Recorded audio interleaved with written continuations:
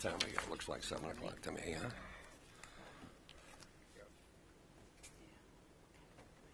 Miss Judy, are you ready? I gotta do this? You gotta catch me before I fall asleep here, you know? Yeah, Greg said he might be a little bit late. Okay. We'll just, clerk can just mark him in when he arrives. It's no big deal. Shall we? Speaking of, There he is. Here, let me start the meeting real quick and say he's late. Gregory. Sorry, senior spaghetti dinner. Oh yeah, I forgot about it. Darn. Well, that's right, over at Kulik Center. Just every time somebody walks Press in. the button. Yes? No? That should be in the budget. Yes. No? For Okay. upgrading here. Was the spaghetti good? It was okay. They catered it this year. Oh, The I haven't seniors, done there was that no before. senior love in the sauce. Oh, yeah. You did it. Horton? What's the Are you ready, sir? password? I am ready. Ready to go? Okay. Sorry to hold you all up. No, that's all right. We'd just been informed that you had indicated that was a possibility. Ferndale Board of Zoning Appeals meeting, Tuesday, October 18th, is now called to order. Madam Clerk, roll call, please. Let's see, Director Moore? Here. Palmer? Here. Pollica? Here. Steidemann? Here. Williamson? Here. Chair Porter? Here. Thank you. Next, I'd like to go to approval of the agenda. Does anybody have any problems with the agenda as it's presented? Can I have a motion to approve the agenda as I'll presented? make a motion to approve the agenda as written. Support. Moved and supported. Let's make this simple. All in favor, aye. Aye. Aye. Opposed, nay. Motion carries unanimously. Next item of business, approval of the minutes from the regular meeting, June 21st, 2016. Do we have a motion to approve? Before we make a motion, there's a area on the first page in the public hearing where there's a sentence that's just kind of cut off in the middle. That "and" probably needs to be pulled out. There's a sentence that ends in "and." It says all on the first page. All? What's It says all, not and. No, the one that says it may Go have been for it. 2 addresses at one time and. Oh, yeah, that would be smart. Although if that's meant to be one sentence, I guess the fix would just be join those 2 sentences together. That just jumped out at me. Right. Barb, do you know which it was? Yep, I do. Okay, gotcha. All right, any motion at this point? I move to approve the draft minutes as drafted with fixing the sentence that I just mentioned. Is there support? I'll second. Okay, moved and supported. Any discussion further on the minutes at this point? Hearing none, Madam Clerk, roll call, please. Moore? Yes. Palmer? Yes. Pollica? Yes. Steidemann? Yes. Williamson? Yes. Chair Porter? Yes, motion carries.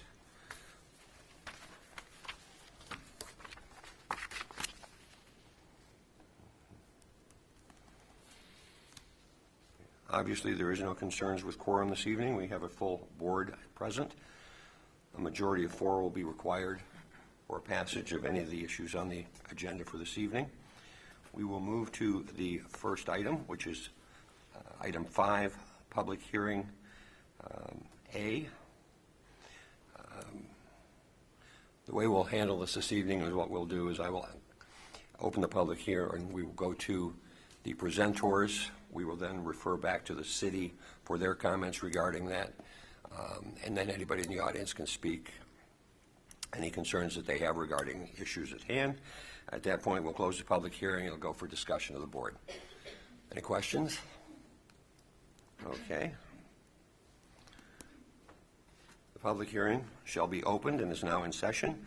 If you would kindly present to council, to the board, your reasons for your appeal. All right, good evening. Thanks for having us here tonight. My name is Jason Krieger with Krieger Clad Architects, and I'm representing North Star Properties. No Dorfman could not be here this evening. He's ill, so we're filling in for him. The proposed project is a 4-story mixed-use development. with 27 apartment buildings on the upper floors, ground floor parking, and ground floor retail. About a month ago, we received site plan approval. We need one variance, and that's why we're here tonight. The variance that we're seeking is for a 4-foot waiver from the 24-foot required drive aisle. Our proposal is 20 feet.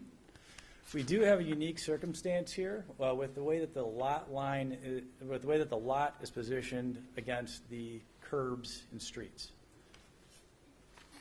This right here is the site. Actually, I have handouts here because I know it's kind of tough to turn around and look at the screen.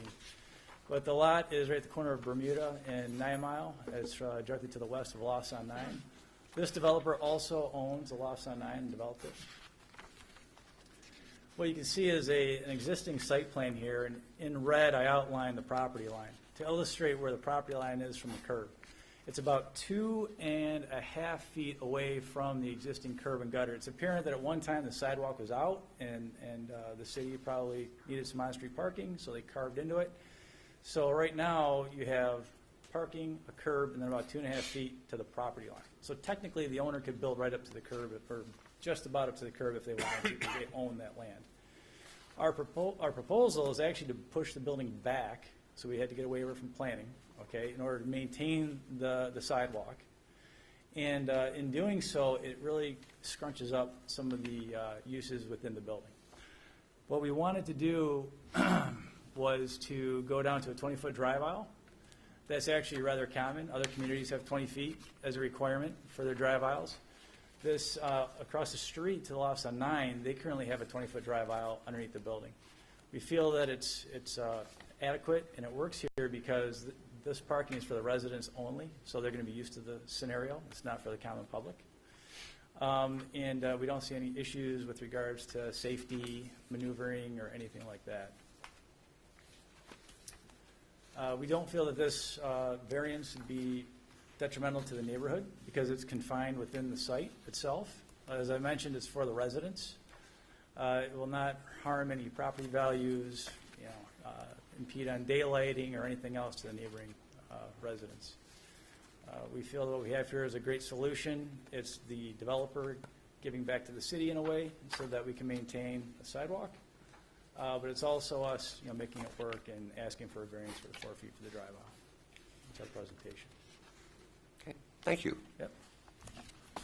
City response, please. Sure. I think Jason kind of summed it up pretty well. It's a unique situation in that the property line does go right with the sidewalk, as Jason mentioned.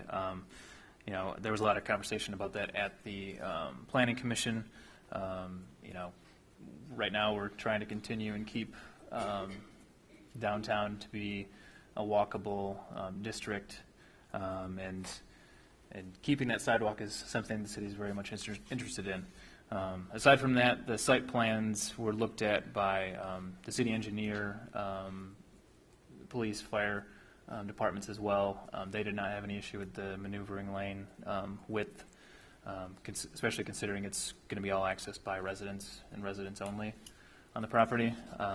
And we actually, in the city, some of our streets, the lanes are also 10 feet each as well on our public streets. It's pretty standard width, and that's kind of how we add bike lanes and things like that to our streets in the city as well. So I think Jason kind of summed it up pretty well. But I'm here to answer any other questions that you might have. Was there not a precedent based on a similar situation in one of the buildings located right at that area? Yeah. Yes, directly across the street at the Lofts on 9, that maneuvering lane is also 20 feet. So it's a very similar layout to what's proposed here. Through the chair, are all of the properties on the north side of 9 Mile all the way up to including the sidewalk? Do the property, for example, the Property parking lot, lines. the property lines, are they all including the sidewalk? Did the city just take that over?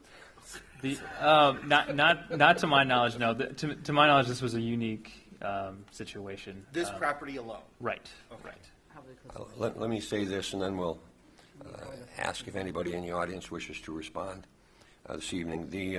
There was an incident with Comos a few years back, and I can't remember. The city was basically saying, you've gone too far on this, and then all of a sudden the survey was done, and part of that was their property as well. So there's some questions came up. We might be something you want to look into in the future just to verify. Right, I think that the reason that initially this came up, I think there was a survey done when East 9 Mile was resurfaced, and so that's when we actually had found out. And there was a conversation, I think, to keep the sidewalk open, pending future development. So that's why this kind of arose in the first place. But yeah, So the you more probably have record of something in that area as to. right. Yeah, the more that I've worked in this community, the more I've seen that there's interesting property line issues all the time. The one over So- there, you mean? Yeah, this one's probably one of the easier situations, but Okay. or clearer, I should say. Did anybody in the audience wish to address the board regarding the variance that's being asked for? Hearing none, the public hearing shall now be closed. We should go for the board for discussion. Any comments or questions from the board? Yes, I have a question, please, through the chair. It was my understanding that any living unit, I want to say unit, has to have 2 parking spaces. And then there's retail on the main floor. So if there's 27 apartments and only 34 parking places, are you saying that the underground parking is strictly for the apartments, or is it also for the retail people to park also? The parking is for the residents only. At the planning commission meeting, just correct me if I misspeak, but that was waived. The Correct. parking for the retail was waived. So in the central business district, upper level residential only requires 1 per unit. 1, okay. And then the planning commission has the ability to waive parking spaces due to like a number of factors, like transit being nearby, off-street parking, the city facilities nearby, offering bike racks, and there's kind of a number of options of what they can choose from. And they really only choose to waive it if it's something small like this. So the amount of retail or office, whatever ends up there, is pretty low. If this were a bar or a restaurant with a liquor license, that they would not waive. Well, we don't know what's going in there. Right. So could a bar or restaurant go in, is my question. In the planning commission conditions of approval, they only granted the waiver for office or retail use, and if the developer wanted to put in a bar or restaurant, they would have to pay into the city's payment in lieu of parking fund, which starts at $5,000 a space. So there is always that, Based on square footage? based on square footage, yes.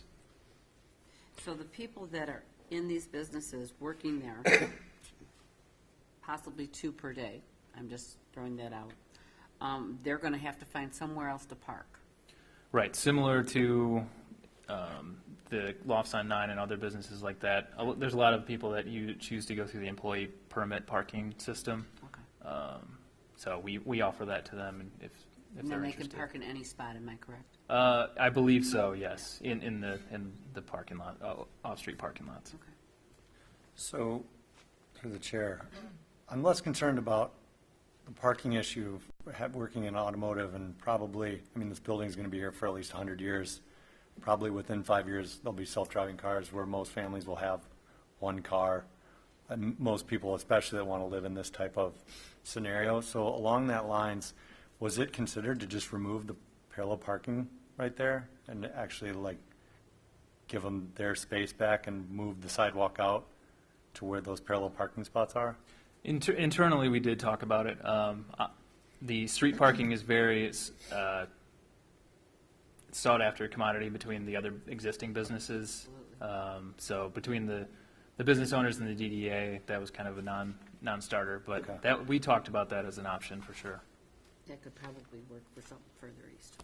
Well, I'm just wondering, because I see there's 27 apartments, 34 parking spaces. If we lost 3 street spaces, maybe they could give up 3 of their parking spaces in exchange and have all that space. Just a thought. I think, if I may through the chair, I think the issue would be that would then become private parking instead of public parking. Because within the structure is only going to be private parking. So Yeah, that's what I'm saying, they'd have to give up 3 if they wanted that. we would, well, the city would give up 3. But if they gave 3 metered spots in the building to make up for those 3. Oh, I see what you're saying. It's hard to monitor that kind of stuff, though. I understand, I'm just Yeah, thinking, yeah, you know, yeah. Street parking was just made for a reason. So,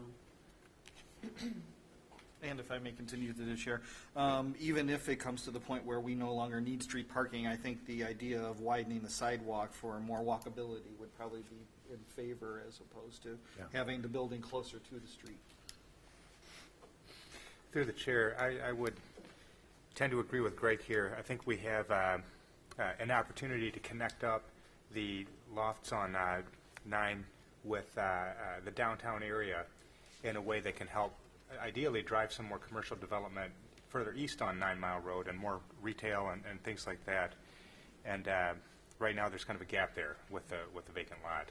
If we can use a building like this to connect up commercial development on East 9 Mile to downtown, that's going to make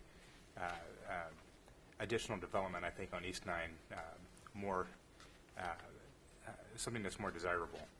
And by having a continuous pedestrian pathway straight from the downtown, essential downtown corner there on Woodward and 9, straight down 9 Mile, I think it really helps to foster that. I think the design would be more in harmony with what's currently being developed in that area anyway. Right. Through the chair, I apologize, this doesn't relate to this specific issue. I am just curious to know, though, on the west side of the building, given that there's a public parking lot that could be developed in the future, I don't see any design for what that is going to look like. Are you planning on windows that eventually could look out onto brick walls if a building were to be built there? You know, we are adding a few windows. They will have to be fire rated, but we are going to add some windows. And they understand that it may be developed at some point and then they'll be covered. But the design of the units is such that we're not relying on them. Okay. So, so it's just going to be north-south light? and from the east Okay. as well, yeah. Thank you. Any further discussion, questions? Hearing none, a motion would be in order.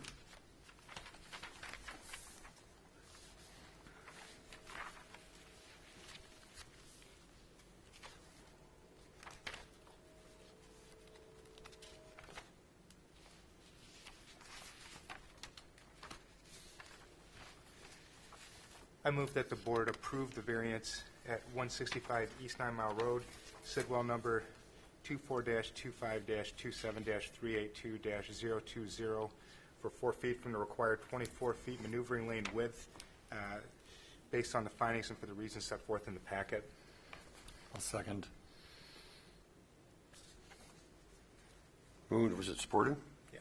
Oh, I didn't. Yep, I'll second. Moved and supported. Any discussion further on the motion? Hearing none, Madam Clerk, roll call, please. Palmer, Yes.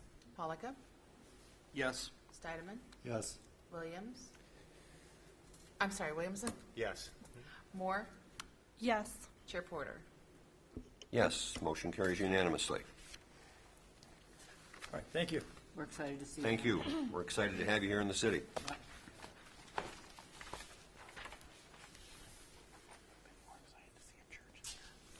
Next item, we shall open the public hearing for item B, consideration variance application related to a rear yard setback, minimum of 20 feet, Article 1087, Article 3, Sections 24 through 43, proposed to be located in a multifamily housing development in an R4 multiple family residential district at 3 parcels, parcels as listed.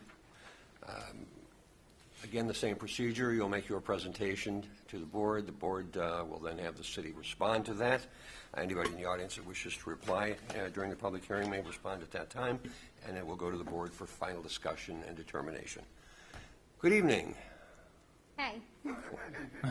I am, there we go, Francesca Aragona with Design House Architecture, representing Ferndale 9 Living.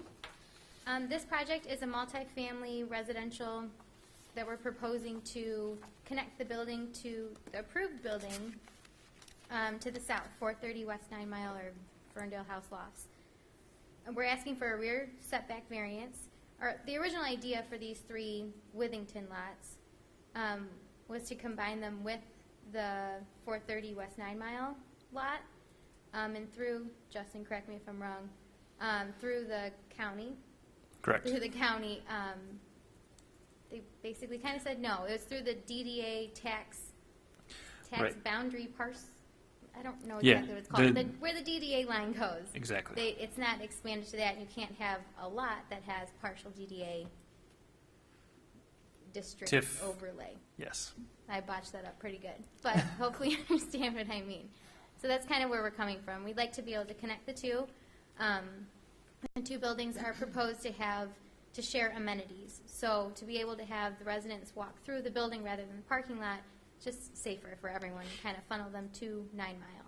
So I'd be happy to answer any questions. Where's the parking on this, in the lower part? Yep, it's underneath. It's a ground level What's that? parking. On all the buildings? Or Yep. just 9 Mile? I'm sorry, say it again? On all the buildings or just 9 Mile? On the Withington lots as well. Sorry, that's what I wanted to make sure. Yep. Okay. There is some surface where the building doesn't cover it on the 9 Mile one, Right. mostly under. Okay, city response. Sure. So as Francesca said, it's sort of a unique property in that these Withington lots are zoned R4 for multiple family residential. And the Phase 1, I guess, 430, the approved plan for 430 West 9 Mile, that's zoned Central Business District. The whole area is, the future land use map calls for downtown, so this development's in keeping with that. Aside from this setback, it meets all the other criteria. And as Francesca said, we were looking at possibilities of combining parcels to make it one contiguous development with zoning, but due to the DDA TIF boundary, it sort of cuts off, like right only, or where the 430 West 9 Mile parcel is kind of the boundary there. So these parcels are not part of the TIF district, which makes it complicated to try and combine these. So that's sort of the hardship there.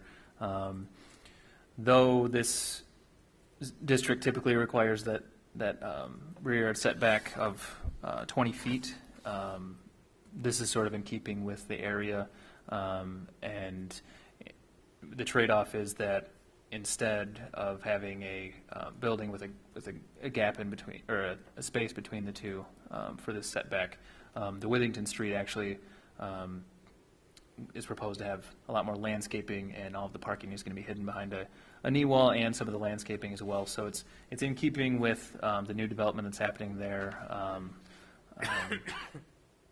And again, that hardship with the TIF boundaries is something that, you know, the developers didn't really have much of a choice in. So That's on the 9 Mile lots, but not on the Withington lots, Correct. correct? Okay, Right. just making sure. right, yeah, it picks up. It's inclusive of 430, so Phase 1, and then also goes further along where the Ferndale Foods is and the existing funeral home there. Balding curtain. Right. Okay, yep, okay. As a result, though, the 3 residential properties are all that remained at that point, so nothing else will be affected in that area. From there, it's going to be our commercial Withington building and then this development. Right, right. Here, this is a great picture, but this one's really good to, there's the funeral home, there's Withington. Yeah, It gives you an idea, because there's parking back here and stuff. okay. Thank you. Well, obviously, I guess I should ask anybody if they wish to respond during the public hearing.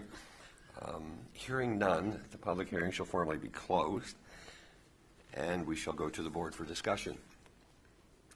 Any questions, comments? I'm going to play dumb here. So this statute was put in place for a reason. What's the worst possible outcome here? Like, what is this protecting exactly? I think it's protecting, so there are other districts in the city where R4 backs up to, say, another R1 district. So this is kind of different where R4 is backing up to CBD. So I think the setback for CBD is 0.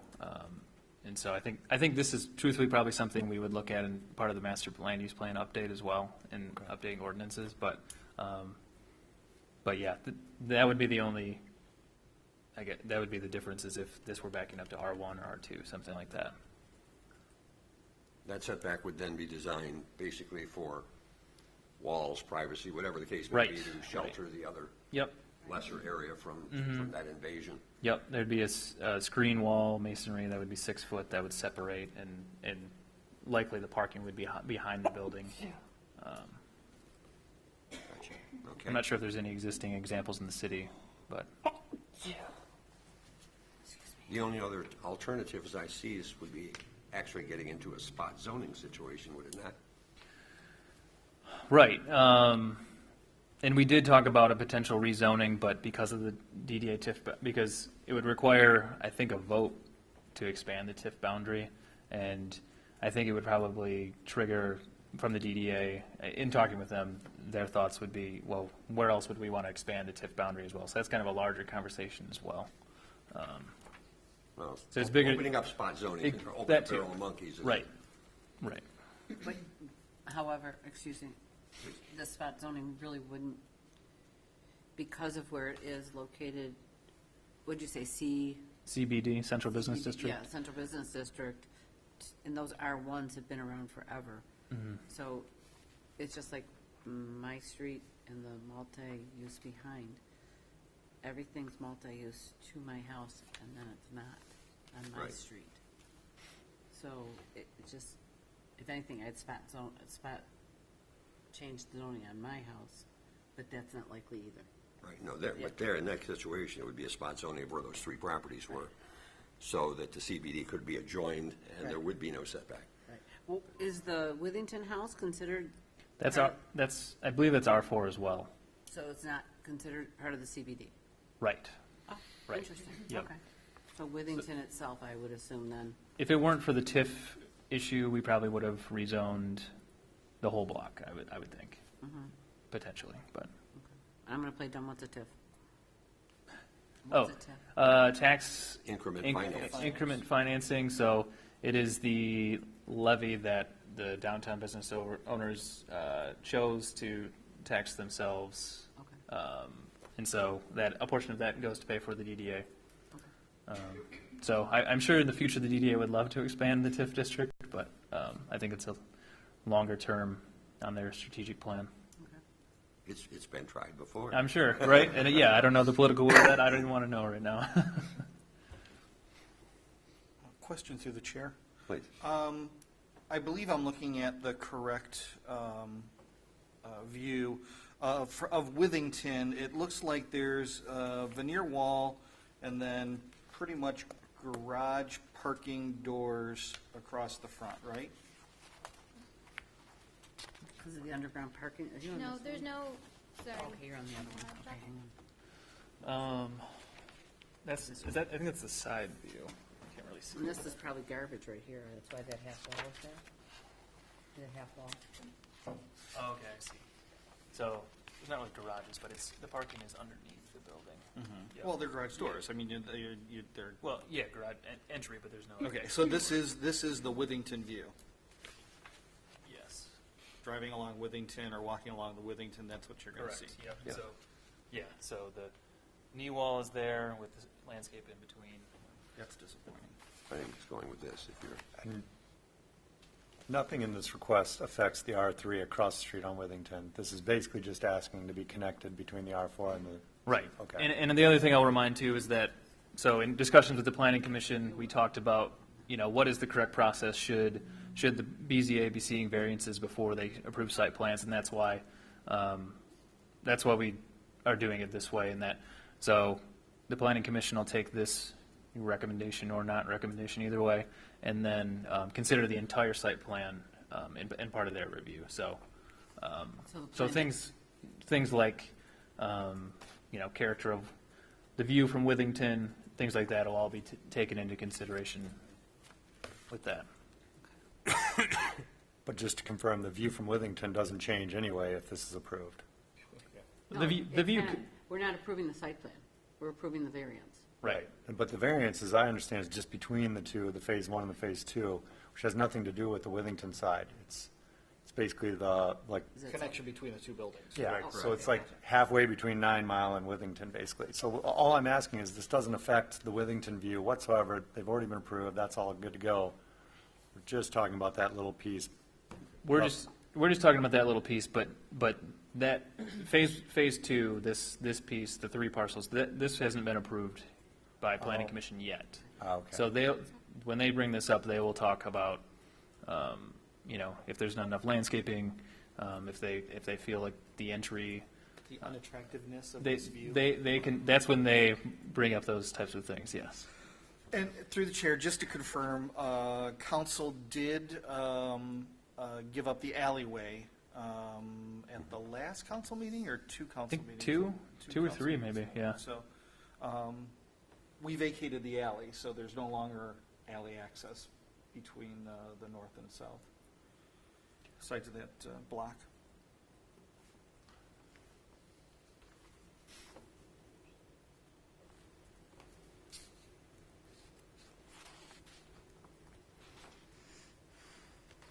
And I guess the only other thing I would add is that partially the reason that the 2 buildings were designed this way was in order for residents to not have to walk through the parking lot under the building to get to whatever amenities are in the main part of the building. So that was a factor as well.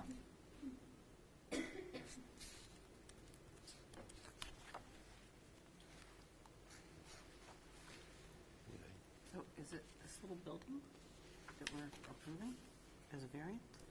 It's just a setback of Yeah, this section here. that's yeah. what okay, I just wanted to make sure. That's what it looked like, but I want to make sure. It's still clear of the funeral home. It's And according to totally- the fire department, they felt it was still safe for them to Well, I'm have just- access. Right. I'm just looking at it, because I go to the funeral home and stuff, that's kind of tight, whereas even with the houses there, it was tight anyway. Right. Yeah. Yeah, so the funeral home's access will still remain. One of the funeral home owners owns, I think, 1 or 2 of these properties, and so they're asking that an easement remain, which is being worked out. But yeah, that's part. I think that's part of the purchase agreement. But it's not actually impeding anymore on the parking and so forth on the side of the funeral Right. home and No. Right. access. Right. I think Petty owns 2, and somebody else owns the other one. They sold, Did they?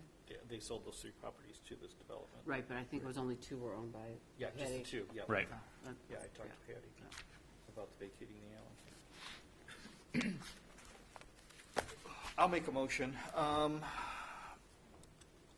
Motion to approve the variance at 475, 487, 493 Withington Street, Sidwell number 2425 27 355-004, 24-25-27-355-028, and 24-25-27-355-027 from the required 20 feet rear setback, rear yard setback. The resulting rear yard setback would be a total of 0 feet after a public hearing was held. After a public hearing was held and setback, they published this date and place motion was accompanied by the followings, including the followings listed in the packet. Is there support to that motion? I'll support it. It's moved and supported. Any further discussion on the motion? Through the chair, just comment. Generally speaking, taking away the entire 20-foot setback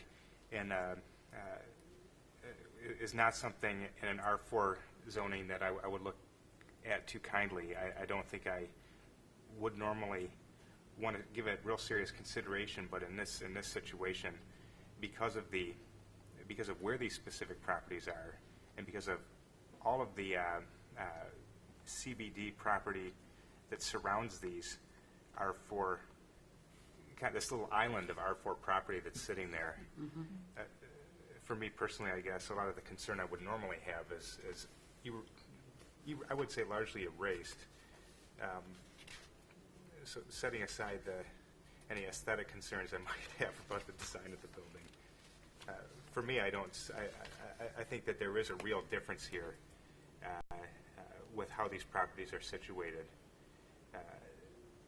between these and maybe a different R4 property. So the setback issue to me, I think has a lot less actual impact on what's going on the properties around it. It's a unique situation. for And I think the unique circumstances as well, because of the special district with a TIF involved in it, Yeah. it makes it very unique throughout our entire city, actually. Any further discussion? Hearing none. Madam Clerk, roll call, please. Okay. Polika, Yes. Steidemann, Yes. Williamson, Yes. Moore, Yes. Palmer, Yep. Chair Porter. Yes, motion carries unanimously. Thank you for coming Thank down. you for your Thank time. you. Appreciate it. Appreciate your efforts in the city. Next item of business, any communications or announcements this evening? I think only one. I'm not sure if everyone has met Jordan Flaherty yet. This is his first Board of Zoning Appeals meeting, but he is the new Community and Economic Development Director. So He's been here a while, so we can't call him the new Derek. I think that's gotten stale, and I think Yeah. I may have like 6 more days where I can say I'm the new guy, so right. get all my mulligans in now. Where'd you come from? The 8 Mile Boulevard Association. Oh, okay. Ferndale's. Cool, that's right. That's where I met you before. Yeah. Yeah, I was going to say. When I Are was you a running. Ferndalian? Were you over there when I was running the state fair? No, I was probably still playing Nintendo those days. No, do I? Although I It actually wasn't that long ago. Yeah, well, he laughs now, but my hair used to look like that. I'll tell you. Can we ensure that gets on the minutes? That's awesome. But no, I don't live in the city yet, but I live in Royal Oak right now, but I am looking actually, especially now that I'm wearing the uniform. Pressure. Join us. That's right, yeah, I know. We've got the tax zoning areas all set up for those new houses, didn't we? Oh, right. Yes. Okay, just But we're happy to have Jordan aboard. It's been great to have a closer to full team, and he's already tackled a lot in his first. Is it 9 weeks that you've been here? Yeah, 9 weeks. So it's been great to have a closer to full team, and we're moving forward on a lot of things, including the master plan. That was going to be my only other update. Is that we're hoping to finalize some things with the Planning Commission tomorrow night, and then it'll kind of be. Once we get their approval, it'll be a draft that people can review over a number of days, and the state requires a 63-day period where the adjacent communities and SEMCOG and other planning agencies review it and give us any feedback, and so we'll be looking for adoption after that. January. I think his background with 8 Mile, because they were always involved in development along the corridor and how it drifted into the local communities and so forth and so on. So it gave him a good background in understanding, obviously, our location right here. Yep. Look at your frontage a lot, and actually, a lot of the projects I'm in right now have a lot to do with our frontage, especially looking at our CDBG program. Before I left 8 Mile, I gave them a draft master plan, which prioritized, sort of incidentally, not really related, but really looking hard at the Livernois to DeQuinder section of the corridor, where a lot of the development is happening on both sides of the street. You have corridors like Livernois that stitch communities together as well. So you'll probably be seeing a lot coming out of that organization in the next couple of years too. Fantastic. I worked with Tammy when she Oh was yeah, there. yeah, she trained me well. She was a go-getter, that girl. She'd mow you down if you got in her way, too. This is true. I've seen it in action. Yeah. Any further comments or communications this evening? Yeah, briefly through the chair. I would say when anyone here gets a chance to take a look at the draft master plan, I recommend that you take a look at it, because there are some recommendations in there, and it's up to City Council, of course, as to whether these are taken up. But there are some recommendations for changes in the zoning ordinance, for some changes to the residential, to do things like allow for narrower lots, if especially in areas where there are alleys present, to kind of drive people to use the alleys more and to promote greater density. There's also a recommendation to consider using form-based code in some areas of the city. I don't know if you all are familiar with this, but if you're not, I recommend taking a look at it. This is something that would possibly replace zoning in some areas of the city if this were taken up. So as a possible preview as to how the ordinance might be changing, depending on what city council does. It's worth taking a look at when you get a chance. That's online, right? It will be. We just made some hopefully final revisions that we're going to talk about tomorrow, and then I'll send it, when it's live, I will send it to this group and all the other boards and commissions as well. So once you complete it, it's being sent to the other cities? So we don't get to see it before it's sent to the other cities? You do. You'll see it at the same time as those other cities, and then essentially, in the end, there will be a public hearing that the Planning Commission will potentially adopt the plan after that as well. So there's time. There will be time to give feedback. You know, utilization, convincing people to utilize alleys and so forth in a better way. I wish I had known some years back. I'm glad to hear that coming here. One of our ex-city managers, Tom Barwin, went to Oak Park, Illinois, and my sister-in-law actually lived there as well. And I thought that's what they did, is they used the alleys. We were at that point getting rid of some of them. We closed And mine. by using alleys instead of vacating them, they're able to keep the streets clear for sweeping and plowing and so forth.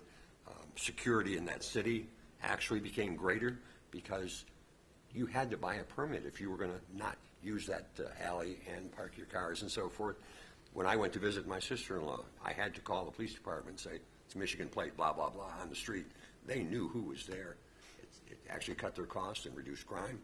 So there was a lot of advantages to utilization of alleys.